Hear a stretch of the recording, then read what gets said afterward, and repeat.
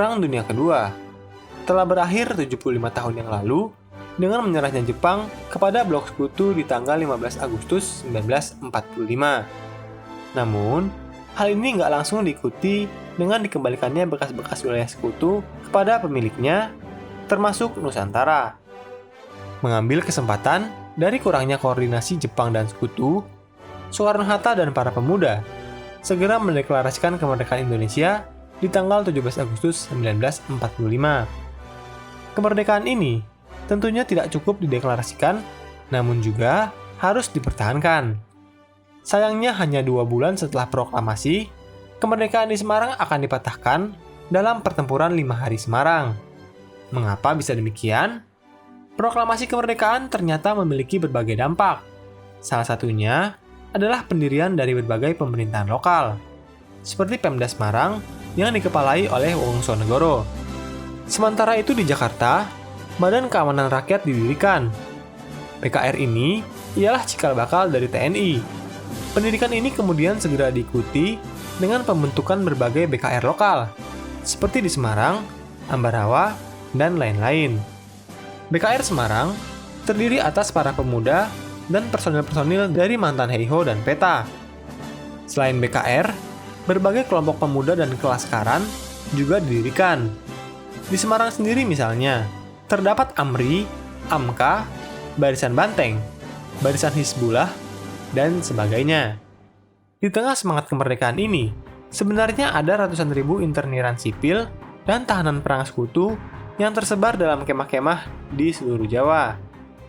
Tanggung jawab atas para interniran dan tahanan perang ini jatuh kepada Rapwi, sebuah unit militer di bawah sekutu.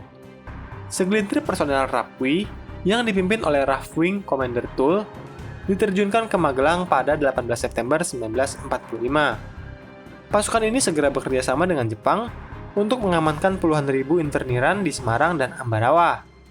Saat itu, BKR dan pemuda sangat membutuhkan senjata untuk mempertahankan kemerdekaannya. Hal ini diperoleh dengan merebut senjata Jepang di sepanjang September hingga Oktober 1945. BKR bersama para pemuda Semarang mulai merampas senjata Jepang sejak pertengahan September 1945.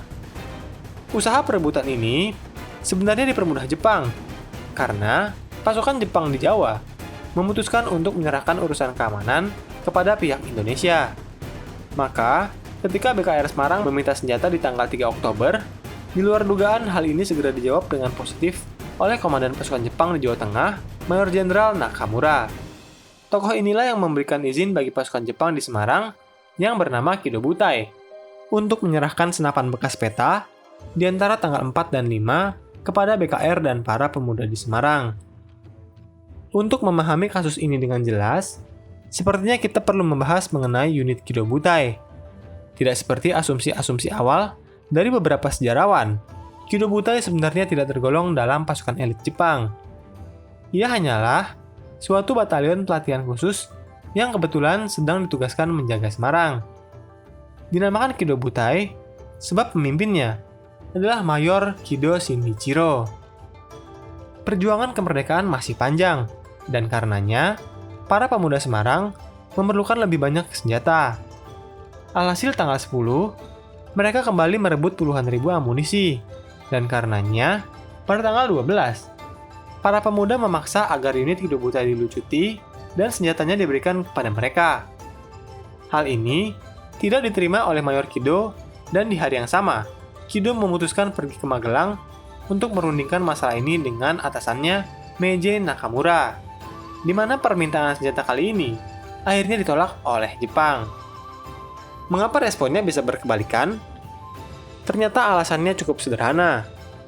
Karena bagi militer Jepang, menyerahkan senjatanya merupakan hal yang sangat tabu. Pernah dengar tentang serbuan banzai atau serangan kamikaze? Keduanya saling terkait dengan harga diri dan kehormatan militer Jepang. Demikian juga dengan urusan penyerahan senjata ini. Bagi pasukan Jepang, senjata yang mereka miliki adalah milik sang kaisar, dan karenanya tidak boleh diserahkan begitu saja. Jika demikian, bagaimanakah dengan senjata yang sebelumnya diberikan oleh Kido Butai pada 4 dan 5 Oktober? Senjata itu sebenarnya adalah senjata bekas militer Kenil dan bukan senjata milik Angkatan Darat Jepang. Berdasarkan argumen ini, Kido memaksa atasannya untuk berpikir ulang. Karena tidak bisa mengambil keputusan sendiri, Meiji Nakamura meminta pendapat dari pimpinan militer Jepang di Jakarta. Permintaan itu dengan segera dijawab dengan larangan keras untuk menyerahkan senjata. Bahkan, larangan tersebut juga memperbolehkan penggunaan kekuatan militer untuk menghentikan perampasan senjata. Puas dengan jawaban yang seperti itu, Mayor Kido segera kembali ke Semarang.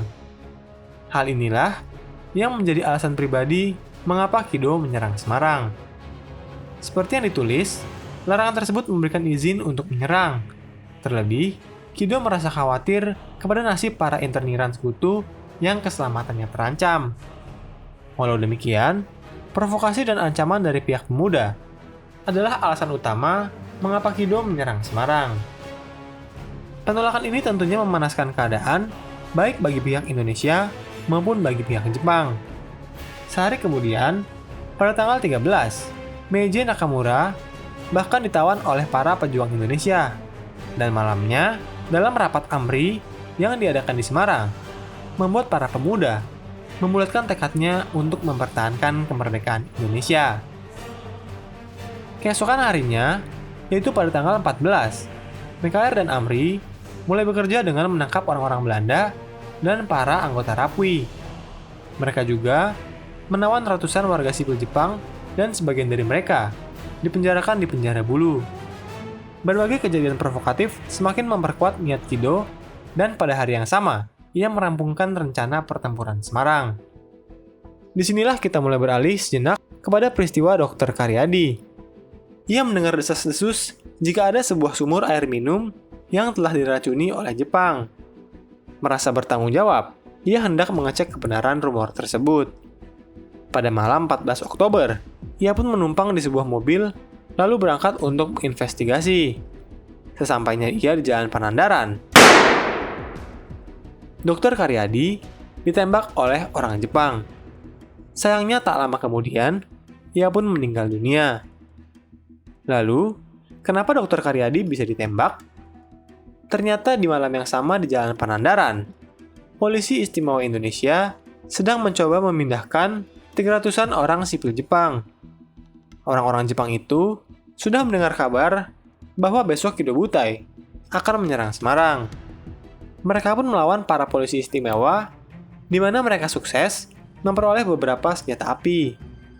Sepertinya, penembakan dari Dr. Karyadi terjadi di tengah kerusuhan tersebut. Akhirnya orang-orang Jepang itu kabur ke tangsi Kido Butai di Jatingaleh, Selatan Semarang, di mana Kido Butai tengah bersiap-siap menumpas kemerdekaan Indonesia atas Semarang. Lalu, seperti apakah kisah pertempuran ini? Tunggu kisahnya di episode mendatang.